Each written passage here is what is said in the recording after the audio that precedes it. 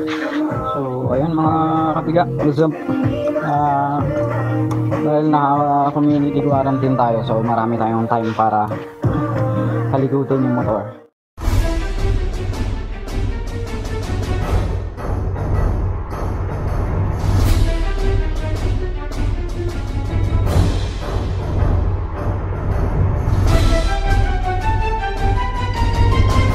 So kahapon kasi ako nag-start na sara ng business, which is yung computer shop. So kahapon pa ako lang ginagawa. Chinek ko to, pakita ko sa inyo. nasilip ko tong ano na to. So okay, silip ko tong kasi buha ko ng kasi buha ng brake fluid. See? Diba? Kita ba?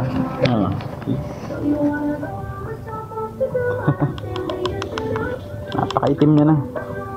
Parang ata ng pusit. Itong motor ko magto 2 years na, diba? So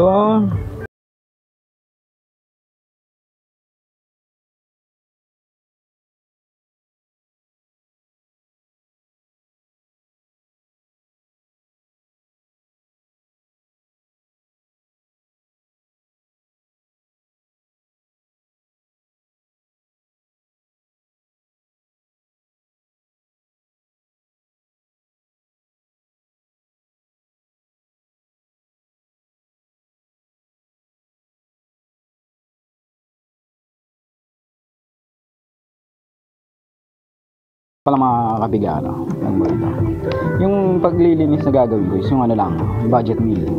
So ang gagawin ko na lang dito, lilinisin ko siya gamit ang brush at saka tubig, no? So baklasin ko lang to, i-drain ko yung brake fluid.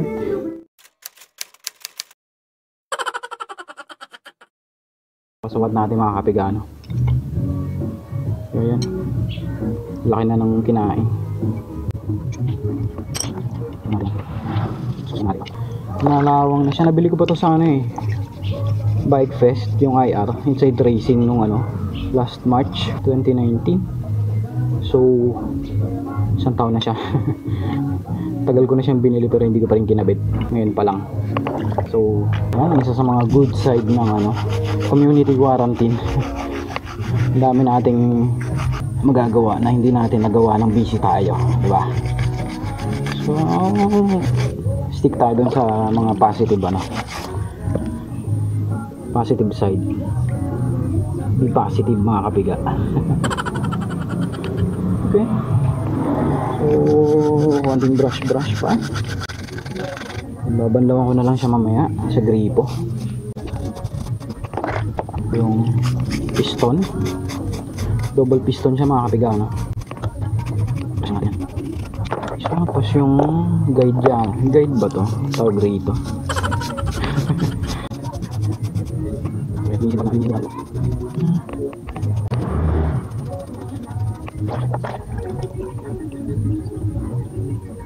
Tama ba? Hindi dito.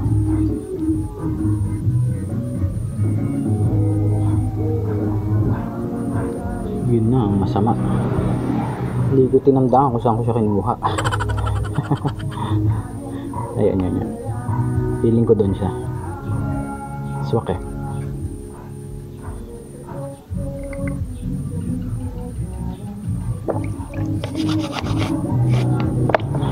Okay. So ayan mga kapiga, kabit na natin to.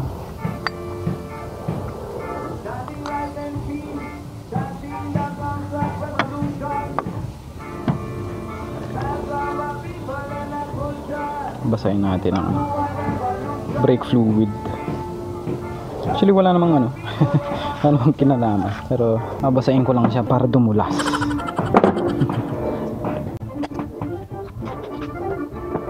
Para dumulas. Paligid. Ating fluid para dumulas. Basta ang pala.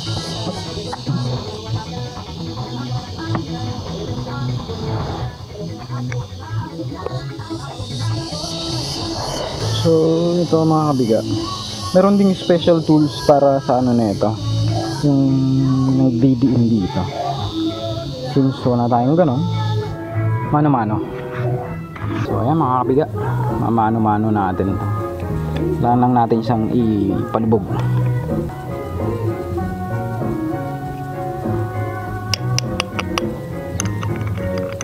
Pinukpok.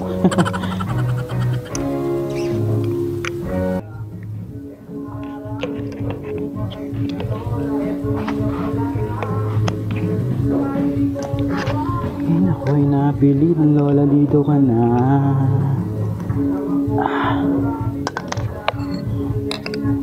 Namalis ka siya, ako'y nasyak sa kere niya. Concern sila, aray ko.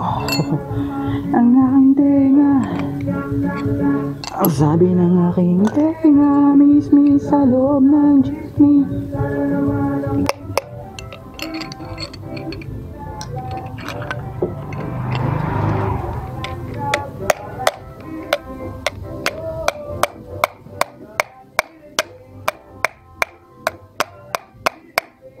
Yun.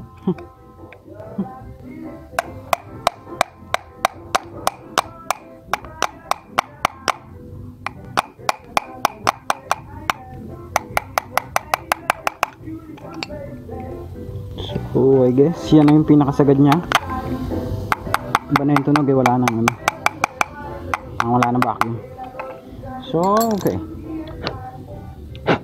bit natin yung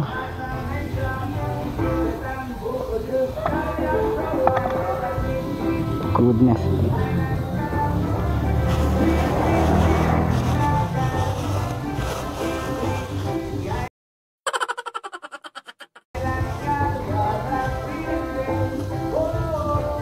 Muna natin ang grasa itong ano, bracket niya.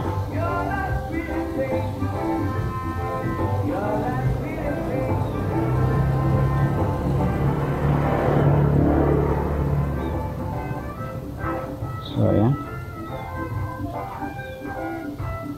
hindi lang natin yung sapat lang, wag naman yung masyadong marami pumasok. Yun, swak X.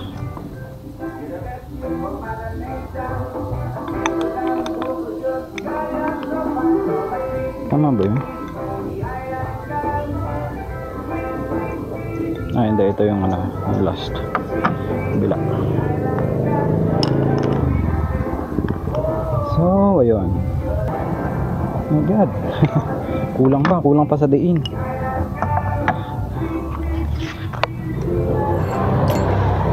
Kulang pa sa diin mga kapiga.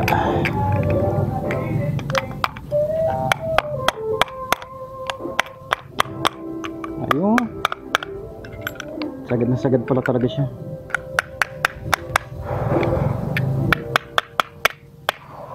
So yan, pantay na pantay na.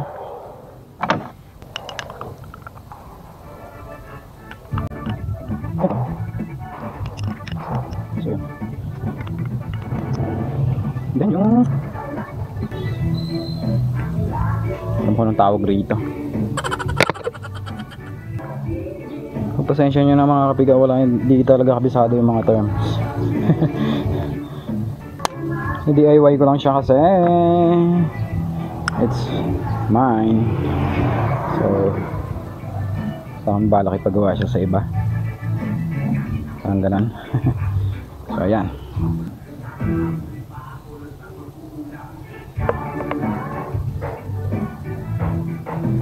bakit ganun?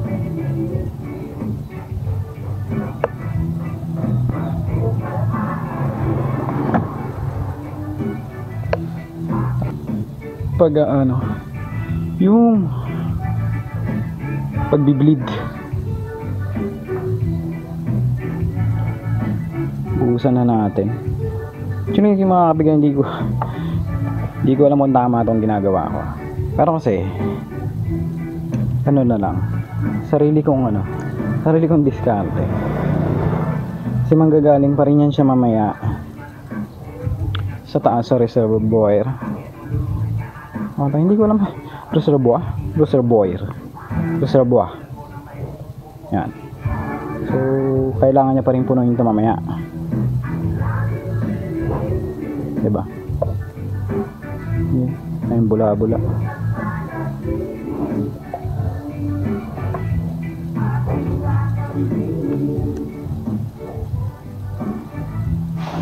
Prepare muna natin tong reservoir. The reservoir.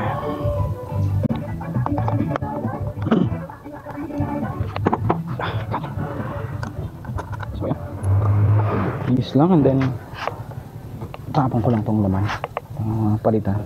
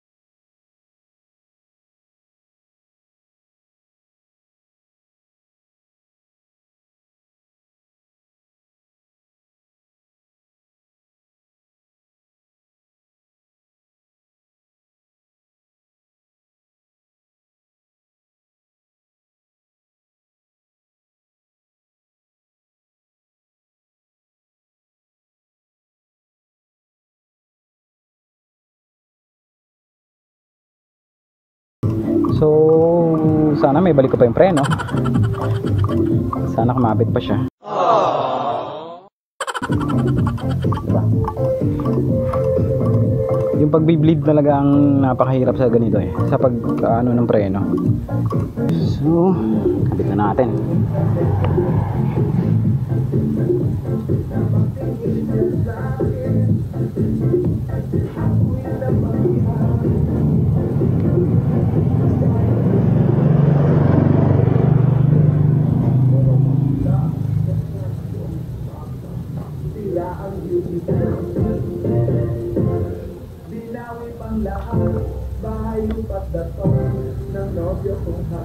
Shit!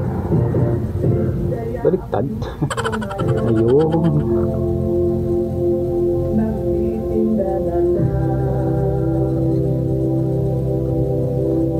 Ay, man. Munti ka pa magbaliktad yung pagkakabit ko.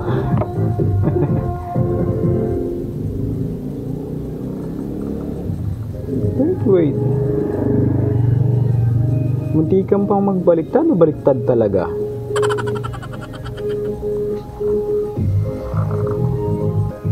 Nag-worry ako kanina, akala ko baliktad yung pagkakabit ko nung caliper sa sa bracket.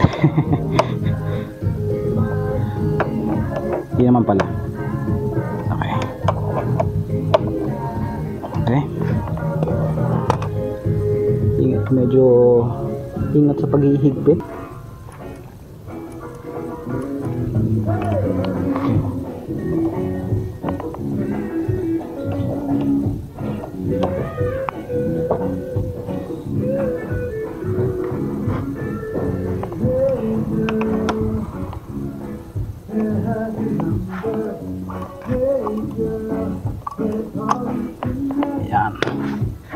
magsisimula yung kalbaryo natin.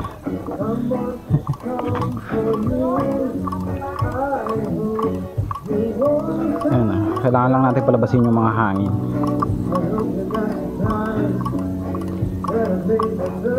Napakahirap dito yung pagbi-bleed kasi hindi pa kakapit ang preno hanggat may hangin.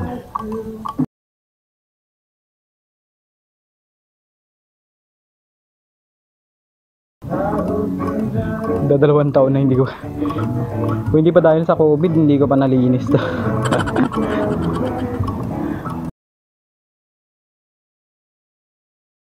So yan, medyo tumitigas na siya mga kapiga. And susunod ko naman yung likod, pero ang ano pa nun is maghahanap pa ako ng kasukat niyang brake pad. Kasi meron akong nabili, bumili ako ng pang Raider 150 na brake pad. Hindi pala niya kapareho.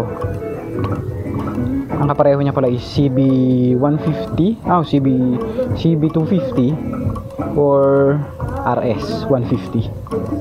Pala yung kapareho niya sa likod. Yan, meron ng konti. Pero wala pa rin preno yan. Ayan, daming bulag. Kita niyo ba? Ito yung ginagawa ko.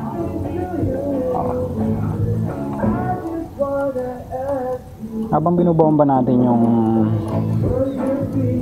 brake lever, pagdiin kung bibitawan yan, tapos luwag, higpit, bomba ulit, bomba. Pag medyo ramdam mong medyo parang tumitigas na, pag bomba, diin mo ganun lang yan. Kita ba? Yan. Diin mo siya, then saka mo luluwagan para lumabas yung hangin. Okay? Wala nang hangin. Wala nang hangin dito sa ano.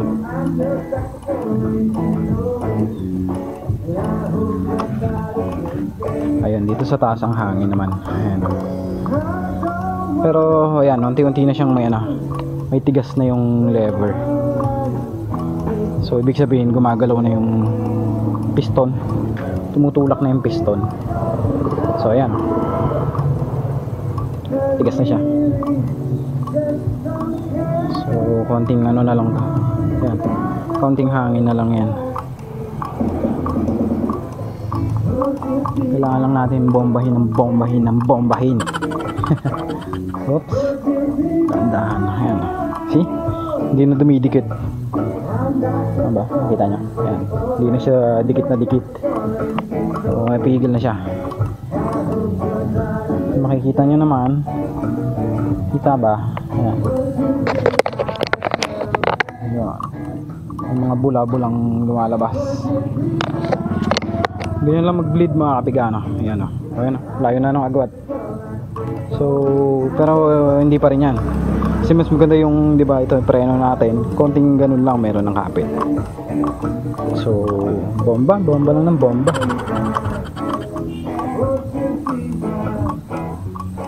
Ayan o. So, ilok.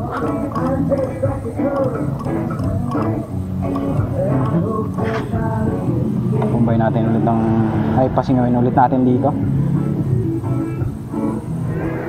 O yun, may konting hangin dun, lumabas na bula. So bomba ulit. Ano, may mga lumalabas na hangin. Sabihin hindi ba totally ubos ng hangin. So pero ayan kapit na siya. Kapit na. Konting ganun lang. So ayan.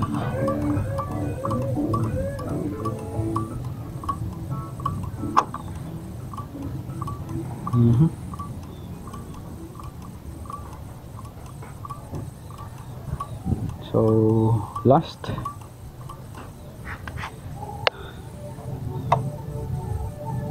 just to make sure ayan, wala nang bula. Okay, sa taas wala na rin babadyang lalabas na bula. So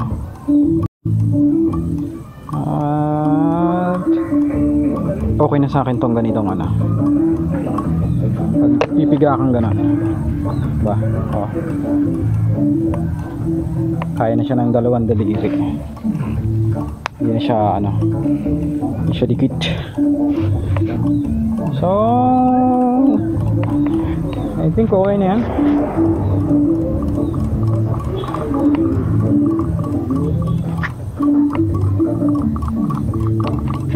So okay, sara na natin to.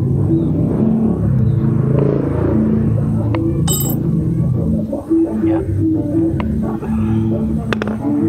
Itong ano, dagdagan natin yung reservoir, dagdagan natin ng fluid.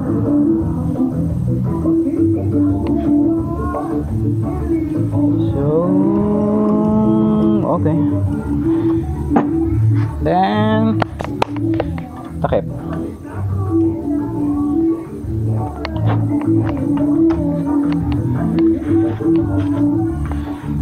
Nasa natin?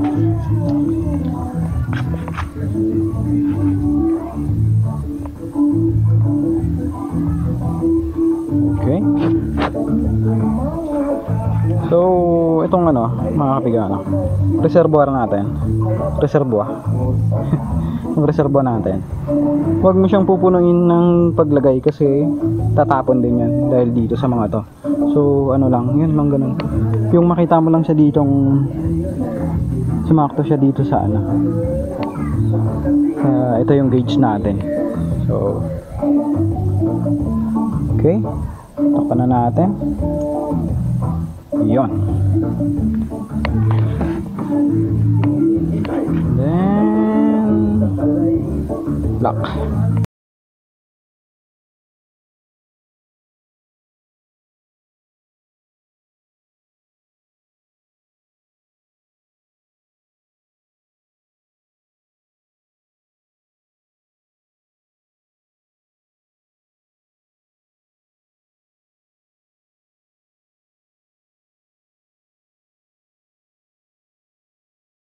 So check natin yung preno, no?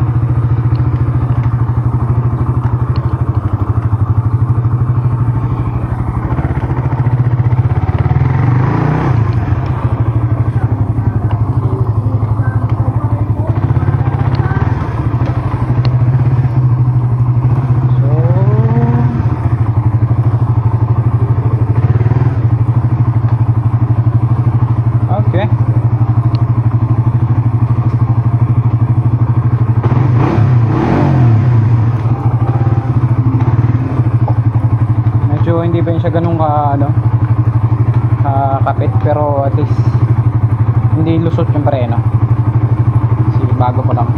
So medyo adjustin muna natin.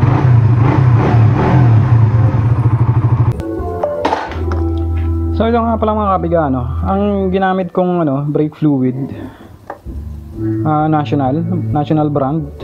Dot 3. Kung titingnan mo rito sa ano natin, sa itong sa reservoir ng brake fluid natin, nakalagay dyan is dot 4. So dito sa amin wala talaga makitang dot 4. Kahit ikutin mo lahat, inikot ko na lahat ng hardware. Walang dot 4. So dot 3, I guess hindi naman sila nagkakalayo ng dot 4 ng ano, wag lang dot 5. Yun yung advice ng isang ano, certified na mekaniko sa group bridge. So wag lang dot 5. Dot 3 is acceptable pa pamalit sa pang-replace sa dot 4.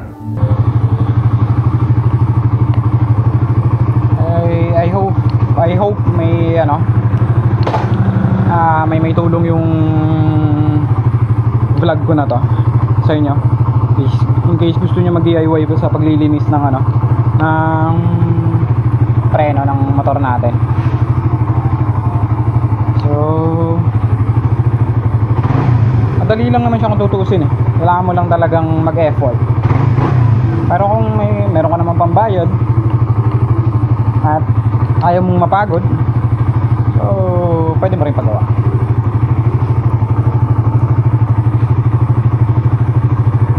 So yun mga kapiga, maraming salamat sa pagtambay, kita-kits sa susunod na vlog. And ayun, so I hope may napulot kayo sa ano ko DIY na paglilinis ng ano, tsaka pagpapalit ng brake pad, paglilinis ng brake caliper at pagpapalit ng brake pad. So ayan, sa mga bago lang sa channel ko, so please subscribe, like and comment mga pop. Maraming salamat. Ciao.